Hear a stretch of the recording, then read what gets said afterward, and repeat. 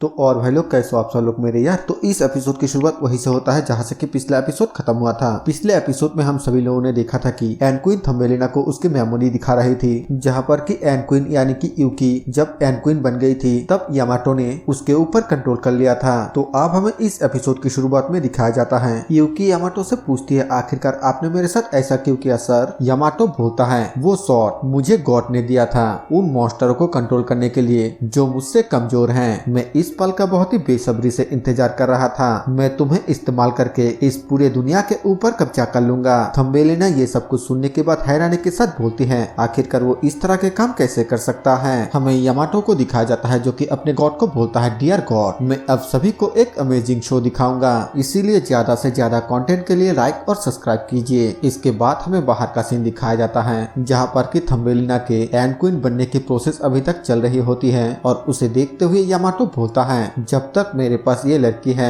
तब तक कोई भी ऐसा नहीं है जो कि मुझे रोक सके। हमें दिखाया जाते हैं कि थम्बेलिना एक जोरदार चीख मारती है जो देखने के बाद यामाटो हंसते हुए बोलता है उसके रेजिस्ट करने की एबिलिटी तो बहुत ही ज्यादा स्ट्रॉन्ग है, लेकिन ये सब कुछ बिल्कुल बेकार है। क्या तुम अब भी कोई उम्मीद करते हो वो बास्टर्ड यहाँ तक कभी नहीं पहुँच पाएगा। लड़की बस सच को एक्सेप्ट कर लो, मैं तुम्हारे बच्चों का इस्तेमाल करके इस दुनिया के ऊपर राज करने की मेरे पहले स्टेप को स्टार्ट करूंगा। मैं सबसे पहले इसी देश के साथ स्टार्ट करूंगा और धीरे धीरे करके पूरी दुनिया को अपने कदमों के नीचे ला दूंगा। ये बोलकर वो जोर जोर से हंसने लगता है कि तभी उसके ऊपर एक जोरदार धमाका होता है जो देखकर वो काफी ज्यादा हैरान हो जाता है। हमें दिखाया जाता है कि वहाँ पर मिट्टी को तोड़ते हुए चोइगंग पहुंच चुका है। इसी के साथ वहाँ पर क्रोकल भी पहुंच चुका है और इस बार वो अपने डायसर से काव काव करने लगता है जो कि गुड लक के सिंबल होता है। चोइगंग क्रोकल को बोलता है क्रोकल मुझे लगता है कि हम बिल्कुल सही जगह पे पहुंच गए। और तभी वो अपने सामने थम्बेलिना को देखता है जिसे देखते ही वो भगते हुए उसके पास उसको बचाने के लिए आने लगता है और एन क्वीन को बोलता है आखिरकार तुम ये क्या कर रहे हो, जल्द से जल्द उससे दूर हो जाओ। लेकिन इससे पहले कि चोइगंग थम्बेलिना के पास पहुंचे यामाटो पीछे से उसके ऊपर अपने शॉट से अटैक कर देता है जिसे कि वो बहुत ही मुश्किल से डॉज करता है। यामाटो गुस्से के साथ चोइगंग को बोलता है चोइगंग आखिरकार तुम्हें यहाँ तक पहुँचने का रास्ता कहाँ से मिला। इस एंडलेस अंडरग्राउंड मेज के अंदर से रास्ता ढूंढना बिल्कुल नामुमकिन है। चोइगंग बोलता है आखिरकार भूल भुलैया से कहने के तुम्हारे क्या मतलब है। क्या तुमने मेरे स्ट्रीम को नहीं देखा, तुमने सोचा था कि तुम उस गंदगी से मुझे रोक सकते हो। तभी हमें थम्बेलिना को दिखाया जाता है जिसके अंदर से बहुत तेज रोशनी निकलने लगती है और ये देखकर एन क्वीन बहुत ही ज्यादा परेशान होते हुए बोलती है सर यामाटो सिंक्रोनाइजेशन को रिजेक्ट किया जा रहा है। यामाटो बोलता है बिल्कुल भी नहीं, ऐसा नहीं हो सकता। यूकी तुम सबसे पहले अपने सभी सोल्जर चीटियों को ऑर्डर दो, हमें उस बास्टर्ड को सबसे पहले खत्म करना होगा। वो तुरंत ही अपने चीटियों को चोइगंग के ऊपर अटैक करने के लिए भेज देता है और चोइगंग भी इस्तेमाल करते हुए उन चीटियों की तरफ आते हुए बोलता है यामाटो क्या तुझे अभी भी ये समझ में नहीं आया, इस तरह के ट्रिक मेरे काम में बिल्कुल भी नहीं आने वाला है। ये बोलने के बाद चोइगंग एक ही झटके में उन सभी चीटियों को खत्म कर देता है जो देखकर यामाटो बहुत ही ज्यादा हैरान होकर चिल्लाने लगता है। लेकिन तभी चोइगंग अपने शावल से उसके मुंह के ऊपर एक बहुत ही जोरदार अटैक कर देता है जिसकी वजह से वो उड़ता हुआ बहुत ही दूर जाकर गिरता है और उसके नाक से भी खून निकलने लगता है। इसके बाद हमें दिखाया जाता है कि चोइगंग उसके तरफ जाने लगता है और तभी यहाँ से सीन चेंज होकर हमें टोक्यो गवर्नमेंट कॉम्प्लेक्स का सीन दिखाया जाता है। जापान का प्राइम मिनिस्टर बाहर से बहुत ही ज्यादा शोर को सुनने के बाद अपने पीए से पूछता है आखिरकार ये किस तरह के नॉइस है। उसका पीए बोलता है प्राइम मिनिस्टर ये एक इमरजेंसी सिचुएशन है, हमारे पूरे देश में एन मॉन्स्टर तबाही मचा रहा है। इसके बाद हमें फिर से घोंसले का सीन दिखाया जाता है जिसके सामने यामाटो मार खाकर पड़ा हुआ है। चोइगंग यामाटो को बोलता है अब तेरा खेल खत्म यामाटो।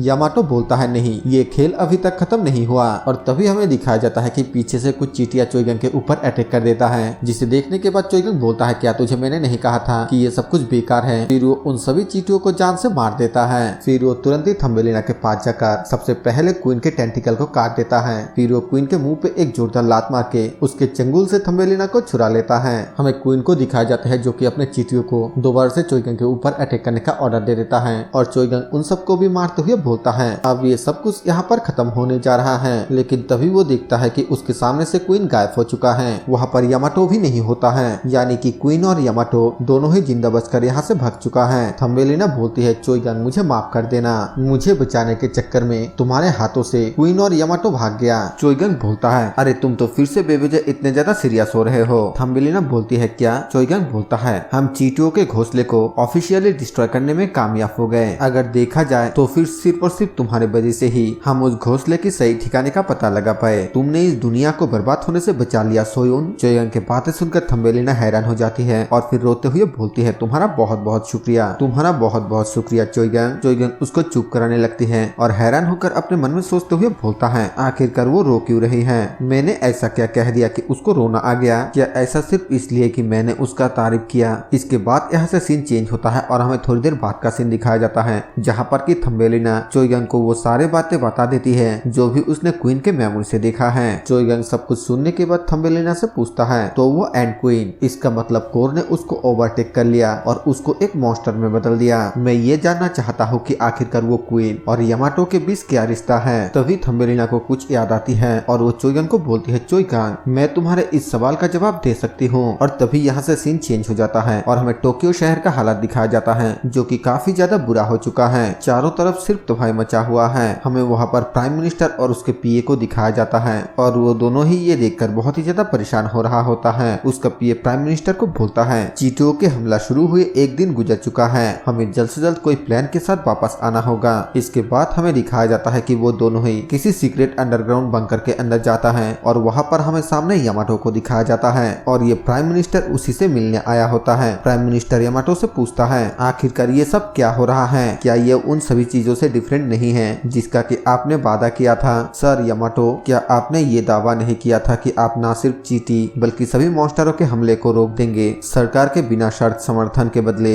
यामाटो बोलता है, हाँ मैंने किया था और इसीलिए अब तक तुम्हारा ये जान बचा हुआ है और अब तुम्हारे लिए इसका भरपाई करने का वक्त आ चुका है। यामाटो के बातें सुनने के बाद वो दोनों ही बहुत ही ज्यादा घबरा जाता है और घबराते हुए बोलता है, आखिरकार आपके कहने का क्या मतलब है? क्या हमने अब तक आपके सभी डिमांड को पूरा नहीं किया है? हमने आपको हमारे देश के 30% टैक्स भी दे दिया है। यामाटो अपने शॉर्ट से इशारा करके क्वीन को अपने पास बुलाता है और फिर प्राइम मिनिस्टर को बोलता है, तुम इन छोटी मोटी चीजों से जिंदगी का कर्ज चुकाना चाहते हो? जिंदगी का कर्ज सिर्फ जिंदगी से ही चुकाया जाना चाहिए। क्या तुम एक पॉलिटिशियन नहीं हो? चाहे वो सोल्जर हो या फिर सिविलियंस, तुम्हें सबको एक जगह इकट्ठा करना आना चाहिए। अगर तुम इसे मान जाते हो तो कोई बात नहीं और अगर नहीं मानते हो तो फिर ठीक है, मेरे पास हमेशा से ही एक और रास्ता होता है। ये बोलते हुए वो क्वीन के मदद से उन दोनों को ही चीटियों के साथ घेर लेता है और फिर इविल सलूक देते हुए बोलता है, अब तुम सुअर हो, ये वक्त है तुम सबका एहसान चुकाने का। इसके बाद यहाँ से सीन चेंज हो जाता है और हमें दोबारा से चोयंग को दिखाया जाता है जो कि थोड़ा परेशान होते हुए अपने मन में बोलता है, क्या टोक्यो शहर के नीचे चीटियों का मेन घोंसला है? यानी कि यामाटो ने पूरे जापान के ऊपर कब्जा करने के लिए कैपिटल को अपना मेन पॉइंट बनाया